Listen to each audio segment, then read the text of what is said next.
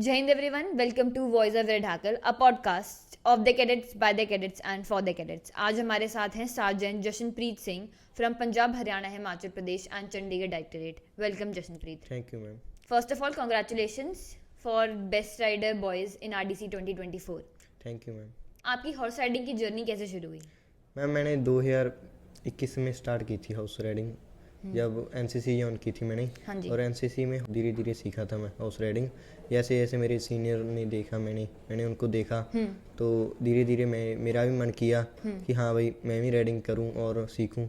और जैसे वो आरडीसी आए थे, पिछली बार आए थे, हाँ जी. तो उन्होंने मेरे को ही बोला हाँ जहाँ तेरे को आरडीसी जाना है, और मैं आरडीसी आया.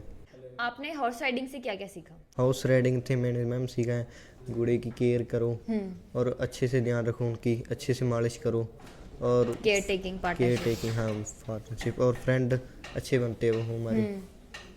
आपसे बातें भी करते हैं? हाँ मैं बात करता हूँ उनसे मैम. वो भी करते हैं मेरे से बात. जब मैं सैड होता हूँ या कोई बात होती है मैं उनके पास चला जाता हूँ, कोई खुशी होती है उनके पास चला जाता हूँ. आप अपने हॉर्सेस की केयर टेकिंग कैसे करते हैं?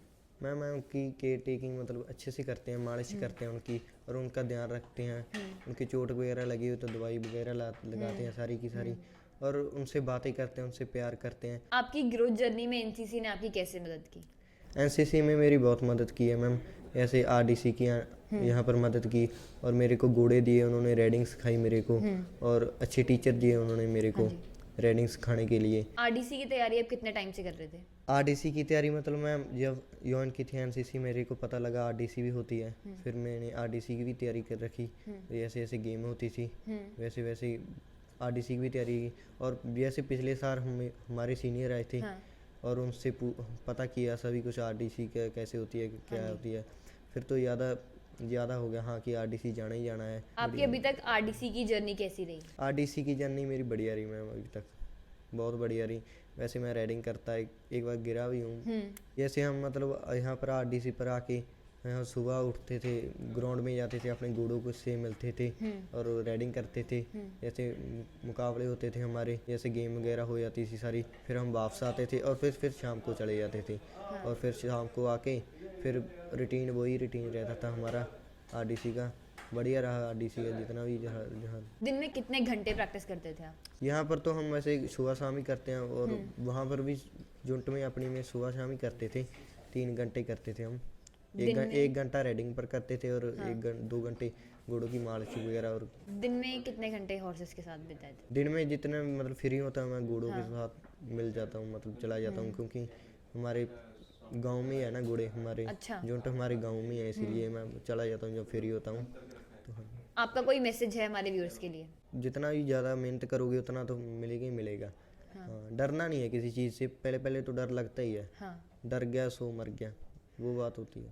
हॉर्सेस से फ्रैंक होने में भी आपको काफ़ी टाइम लगा होगा, मतलब यूज्ड होने के लिए. नॉर्मल कितना टाइम लगा आपको? हाँ टाइम लग गया था, 1 महीना 2 महीने लगे जाते हैं, नॉर्मली लगे जाते हैं. क्योंकि जब हम घोड़े के पास पहली बार जाते हैं डर लगता है, घोड़ा लात ना मार दे या काट ना ले. काट भी लेता है घोड़ा. वो धीरे धीरे जैसे जैसे दोस्ती होती है घोड़े के साथ. तो आपको आपके घोड़े पहले दिन ही मिल गए थे या इसका क्या प्रोसीजर था? नहीं, जब मैंने एनसीसी ज्वाइन की थी और जब राइडिंग स्टार्ट हुई थी, पहले दिन तो नहीं मिले थे. वैसे तो सर ने बताया था ये करना है, मतलब रूटीन जैसे रूटीन होता था उनका डेली का. और धीरे धीरे बैठाया था, वैसे बैठाया था पहले, फिर वॉक, फिर ट्रॉट, फिर धीरे धीरे सिखाया था उन्होंने. आपको horse riding starting to end सीखने में अच्छे तरीके से कितना टाइम लगा? मैम टाइम तो मेरे को मतलब लगता ही है, क्योंकि घोड़े कितना भी सीख लो मतलब सीखा नहीं जा सकता. घोड़ा नया आ जाता है, वो उसकी हरकतें हो जाती हैं. और घोड़े के साथ बॉन्डिंग तो हो ही जाती है. मतलब जितना भी सीखो कम ही है. कभी इतना मान नहीं करना चाहिए, मेरे को ज़्यादा आता है. जितना भी राइडिंग सीखो कम ही है. मतलब हॉर्स राइडिंग का कोई एंड नहीं है? नहीं है, एंड नहीं है मैम, कोई भी एंड नहीं है. हॉर्स शो में क्या क्या एलिमेंट्स होते हैं और आपका हॉर्स शो का एक्सपीरियंस कैसा रहा? मैम इवेंट उसमें मैम 3 होते हैं मैम. जैसे टेट पैकिंग होगी, 6 बार होगी, और टॉप स्कोर होगा मैम. हाँ जी. और मैं उसका एक्सपीरियंस अच्छा था.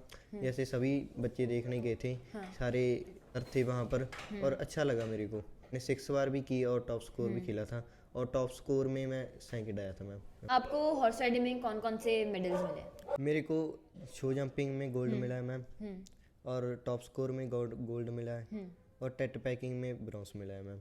और 2 ट्रॉफी मिली है, एक बेस्ट रेडर की और एक DGRB ट्रॉफी।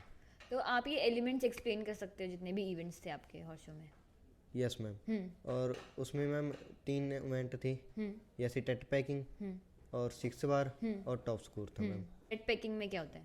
टेट पैकिंग में मैम रेडर लांस पकड़ के ऊपर करता है और एक पटरी बनाई जाती है हाँ। और उस पटरी पर एक गत्ते का ब्रेक लगाया जाता है, उसको उठाना होता है मैम। अच्छा। Yes ma'am. Ma'am top score में नंबर लिखे जाते हैं और एक जोकर होता है, जैसे जैसे उनको नंबर दिए जाते हैं उस नंबर से पॉइंट बनते हैं। जैसे जोकर के 200 पॉइंट होते हैं मैम। अच्छा। हाँ जी मैम। उसके मतलब बल्ली गिर गई तो माइनस भी हो जाते हैं रेडर की, और बढ़ भी जाते हैं मैम। और उसमें हम 2 बार करा सकते हैं एक जंप को। अच्छा। Yes ma'am. Thank you Jashanpreet for coming on voice of red hackle. Thank you ma'am.